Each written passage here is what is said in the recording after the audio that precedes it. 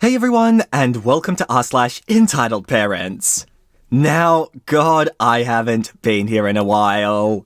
If you don't know what this sub is about, stick around because, trust me, it's a good one. Here we get to meet some of the most entitled people just to exist on Earth. And with an introduction like that, I don't want to waste another second and get straight into this first one by user/staring at the sun FTSZA.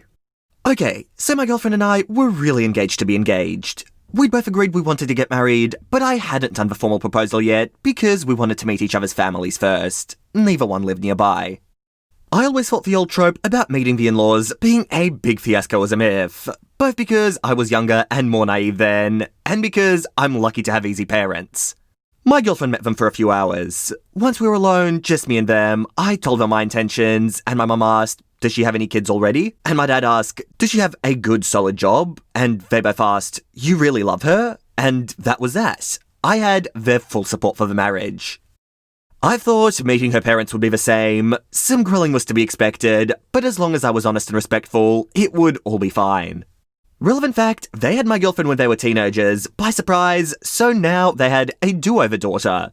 Their words, not mine, who was just 6 years old. My girlfriend and I made the trip to their city, and I met them for the first time over dinner at a steakhouse. It was pretty upscale, and we'd scheduled the dinner for 8 p.m. So I was surprised to see they brought the kid along with them. I met everyone at once, and the initial awkwardness settled down once we sat down. We were making great small talk when the 6-year-old said she was thirsty. No big deal, right? Well, all of a sudden, Ellen, the entitled mum, starts screaming, "Water! Water! Water!" A waiter came rushing over to see what the commotion was, and without even making eye contact with the poor guy, Ellen went, "We've been here forever, and no one's even gotten us any water. My daughter's been asking." We'd been sitting for about 15 or 20 minutes without service, but they were visibly behind, and there were no circumstances that would have warranted that shouting. I should have realised from how unfazed everyone else was at the table that I should be bracing myself for a long night. But I couldn't imagine what was to come at that point. The waiter rushed over with water and apologised for the delay, explaining a few very large parties had arrived all at once. The guy seemed sincere and quite affable, so I thought the water would just be an anomaly in an otherwise pleasant night. Then Ellen kicked into full gear. "We'll need a kid's menu," she informed the waiter. He said they didn't have a kid's menu, but that the chef could simplify most dishes. "What do you mean you don't have a kid's menu?" Ellen replied in total disbelief, as though he'd said they didn't have a fire exit. He explained that they didn't get too many child visitors, and that there were enough plain foods on the menu that no separate menu was ever necessary. Ellen sighed dramatically and waved him away. Literally, without saying a word, waved him off from the table. I tried to give him an apologetic glance, but understandably, he didn't look back our way. I was so glad the poor guy left, and didn't have to be subjected to her anymore. Meanwhile, she turned her attention to me, and I almost wished he'd come back. At least he was getting paid to be here. She was like, "So you're a screenwriter?" And I explained, "Well, yes and no, I want to be, but it's just hard to get a job in that field so you can support yourself on. So I'm working at a non-profit right now. There's a screenwriting component to the job though, so I'm really happy there."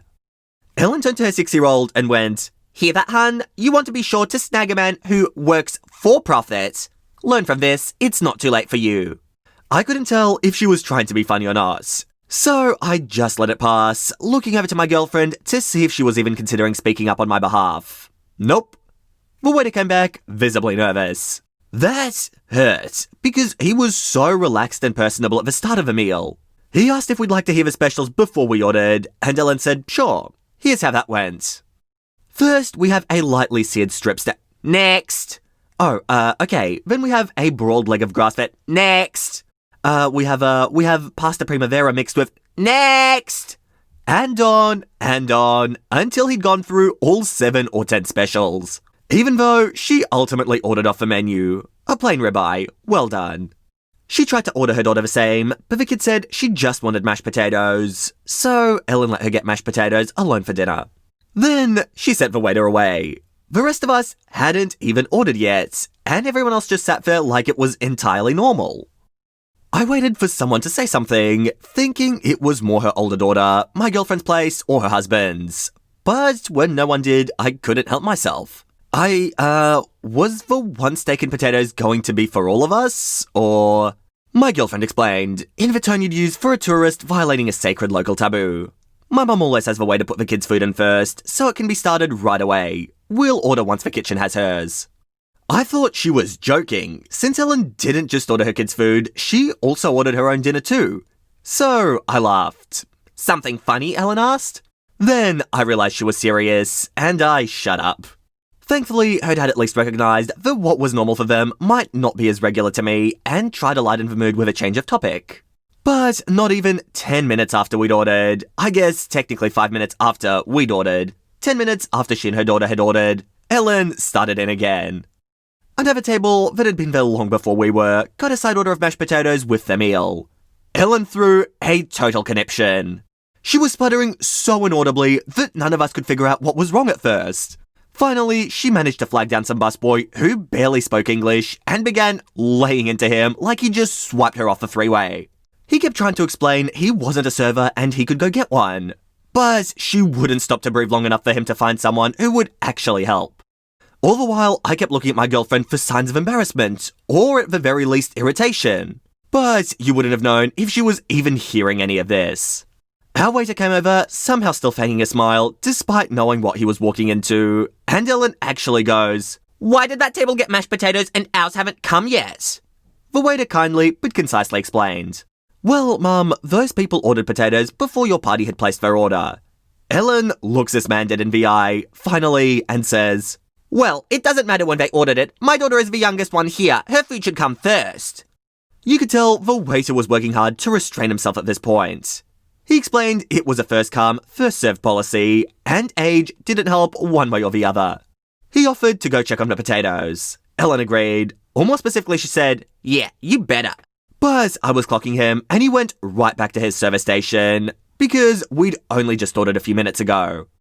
3 or 5 minutes passed, during which we could have no other discussion at the table, except how awful this restaurant was, how hungry the poor baby was, who hadn't said a word about being hungry this whole time, and was contently playing her loud iPad game without headphones, disturbing all the other diners around us. And how America has lost all respect for motherhood because it's just a me culture now. I chimed in, "I'm with you on the last part," and to my utter shock, instead of laughing at my joke, my girlfriend seemed annoyed with me. So, after a few minutes, the waiter comes back and says the potatoes will be out very soon. Ellen then goes and does something that again, I thought was just a myth. She took 3 singles and a 5 out of her wallet and put them on the table in full view of the waiter. Then she took 1 single away and said, "Every table I see getting potatoes before us is a bill gone." I was absolutely mortified. The waiter, to his unending credit, just took a deep breath and said, "I don't have control over the order in which the kitchen fires tickets. But what I can tell you is it should be out any minute." And then left without saying anything disparaging. I had been holding my tongue all night as well, in the name of my relationship, but once the tip hit the table, $8 tip for a $100+ bill on top of all else, I figured if my girlfriend was half the woman I thought she was, then she wouldn't mind me speaking up at this point. If anything, she'd be supportive, right? So I scooted my chair back a bit and said, "Listen, I know what you're doing with the cash on the table, but that kind of thing makes me really uncomfortable and it's just not called for. Please put the money away or we can just continue this some other time." My girlfriend's dad spits back, "What? How cheap do you have to be to not believe in tipping service workers?" Before I could process whether he was being serious or yanking my chain, Ellen shocked me with, "No, you know what? You're right. This isn't necessary." I should have known better than to be relieved. She folded the bills back into her wallet, patiently waited for the next plate of mashed potatoes to be carried out, and when it wasn't delivered to us, it was a very common side dish at this place, a steakhouse. She went right up to a stranger's table and picked it up off their table. She half explained something about her daughter starving to death as she was walking away with the stranger's food, but unsurprisingly, that wasn't convincing enough for them. The old lady she took it from followed her right over to our table and tried to take it back. I was already searching for my coat tag and preparing to go, but a shoving match was beginning to unfold between Ellen and an elderly woman with a tennis ball walker. And far be it from me to sit through all that happen, only to leave just as the night was getting interesting. The elderly woman was like, "Give me back my potatoes, who are you?" And the poor little girl was like, "Mummy, it's okay, don't take someone else's potatoes." But it all fell on deaf ears. Ellen yelled at the old lady, How could you sit there and eat these when my daughter hasn't even been served yet? She's sitting here hungry, just a little girl, and you're over there stuffing your face? Come on, other potatoes will be out any minute. And the old lady, got to love her, was like, great, if they'll be out any minute, then what's the effing problem? To which Ellen still found holier than thou ground, gasping, language please. Finally, the waiter, and this time someone higher up as well, I think the manager, thank God, came over to separate them as they began to raise their voices and cause a disturbance. Staff had already asked Ellen to turn down her daughter's iPad multiple times without heed, and I'm guessing the way to inform management about the tip on the table stunt she pulled, because this was their final straw. They told us we were going to have to leave the restaurant. But we don't even have any food yet, Ellen complained at the guy. This was clearly not the manager's first rodeo. You take the food that's already been served free of charge. Everything else will be cancelled. Please leave immediately. The old lady didn't miss her chance to knock the potatoes right onto the floor, so she couldn't try to take them with us. Nothing else had been served yet, so we had to leave without any food. When my girlfriend and I were finally alone in our car, she said, "Can you believe that?" And I said, "Not at all, and I really can't believe you didn't warn me." And she went, "How could I have known about any of that?" And confused, I asked, "Is she not usually like that?" Even more confused than me, my girlfriend asked, "Who? Your mum? What's my mum got to do with the terrible service at this place?" That was the beginning of the end of our relationship. The fact that she didn't see anything wrong with her mum's behaviour and that I'd be marrying into that situation shook me too deep. We both dodged a bullet in more ways than one. In hindsight, we weren't right for each other, regardless of who her family was. Her mum saved us both a lot of time and heartache, helping me realise in one night what would have probably taken us years otherwise. Within a month, we'd moved into separate apartments and gone on a break that ended up lasting forever. I'm not sorry I won't see you again, Ellen. I am sorry any wait staff ever will, though. Wow, OP, you really did dodge a bullet with that one. I have definitely asked before, imagine what it would feel like sitting at a table with someone like this, and hey, I guess that's what it is, it just feels awful. The fact that your girlfriend didn't think any of this was wrong is just the most baffling thing for me. I guess she grew up like this and she thinks it's normal, but wow. I mean, I'm happy you avoided that one, IP. Really dodged a bullet. And here's the next one, by user/helpfully unarmed. For context, my fiancé and I have been in a relationship for the past 10 years. And just recently got engaged. While it's understandable that 10 years might sound a bit too much, we started dating really early, and getting married wasn't a priority for either of us. We actually preferred to focus on our studies and career for a while. She's a civil engineer, and I'm a medical student after getting a bachelor's and a master's. I do freelancing as a developer to pay for my living expenses. As we've been a couple for a long time, it's quite common for people to ask when we're getting married and when we're having kids. While we are getting married as soon as I finish med school, we decided not to have children a long time ago. And we're still very certain of that decision, as both of us are more career than family oriented. However, since the engagement, our families have started to put more pressure on us to get married soon and have children. Even though we told them plenty of times that's not going to happen. My fiancé and I live together and we're completely independent from our families financially. Some time ago, during a video chat, we ended up getting into a heated argument with our families for finally snapping at their ceaseless nagging for grandchildren. And we've been strained ever since. Now, our families asked us to meet them for lunch in family at my parents' house. We don't live in the same city, but it's close enough that we can go there for something like this. And that's when the situation transpired. We arrived early enough to help out in preparing everything for lunch, and for the next hour or so, things were pretty alright.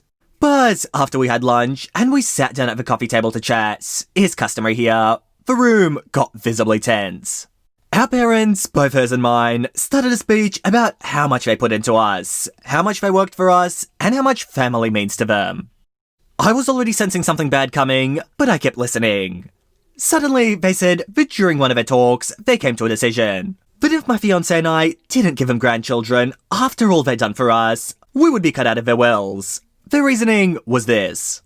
1, my brother is a gay man, and as of now, has no intention of adopting or any alternative to having children. And I was the only option on continuing the family. He wasn't there and is as mortified as I am. And 2, she is the oldest sister. Her younger sister is still in high school, and thus must set an example by having a family and continuing the family. Now, if that's not psychotic, I have no clue what is. We quickly looked between ourselves and immediately left the house. We haven't spoken to them since, but as far as we're aware, we're disowned by now. I never thought I would have to go through that just because I don't want to have children. But it just shows how much entitlement they think they have. Cheers, Reddit. Yeah, look, OP, what can I say? Bit crazy. You know what stands out to me the most? Is that two sets of in-laws got together and worked together. To me, that is the most amazing part of this whole story. Like, how much do they want you to have kids if they got together and they decided this? And here's the next one by user/FantasyFoxy. Basically, there was a little girl in my son's class, 5th graders, 11-year-olds, who would say my son was bullying her. At first, we believed the teachers in her and would discipline him at home, but his story was always consistent that he wasn't doing it. And then he started gathering witnesses who confirmed that he wasn't bullying her, and there were never people corroborating her stories. The stories also just frankly didn't sound like him or anything he'd do. Kids also said she was bullying him, and other kids by pushing them. We also learned that she'd put a love note in his backpack, and he didn't notice it, and left it crumbled there for months without being addressed.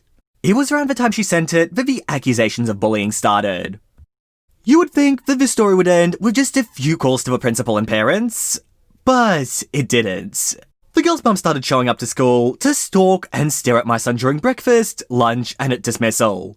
She also tried to get him kicked out of a sport. Coach said he's never seen bullying, and if so, he'll deal with it. And the mum sent letters to other kids' parents saying that my kid was a bully and they shouldn't let their kids play with him. And she would also spread the same thing by word of mouth. I felt completely overwhelmed because I work and didn't have the ability or relationships with other families to correct this craziness. I also tried talking to the Karen mum directly, but she denied that her daughter could possibly make the bullying up, saying, "That's not how I raised her." She also denied stalking my son. That would be crazy. And read the letter that she sent to the other parents to me and acted like it was totally normal for her to do that. Then one day, she brought along her much older son to breakfast, who physically attacked my kid. When the principal told her that the situation had gotten out of hand and she couldn't bring her older son to school to intimidate students, she declared that she was going to start homeschooling her child. This was a Friday before school let out for spring break, and by the following week, we were at distance learning.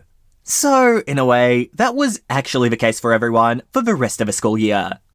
My son is starting a new school tomorrow, middle school, and he keeps asking if any other mums will do the same again, and if I'll ever go to school for lunch to make sure no mums stalk him. I keep thinking about this whole situation, like, what the F? Wow, and why I like this one is this one seems so genuine. It's just so crazy and so outlandish. It seems really genuine, like this is a classic situation of... Jill writes a love letter, it's not returned, here completely unintentionally, or so they say. But the mum getting into it, that is absolutely crazy. Honestly, when she brought her other son into this, I was like, surely the principal would have called the police. If you've got someone attacking another person and it's not a student from your school, police should be called. I don't even know what to say to this one, other than I hope this problem gets resolved, OP. Well, hopefully it is completely resolved, and you never have to deal with parents like this again. And guys, I think this post is going to be the last one for today. I hope you enjoyed this video, and if you did, make sure to subscribe to the channel for edit videos every second day. But with that said, that is it from me. I hope you all enjoyed, and all I want to do is see you all here next time. See you later, guys.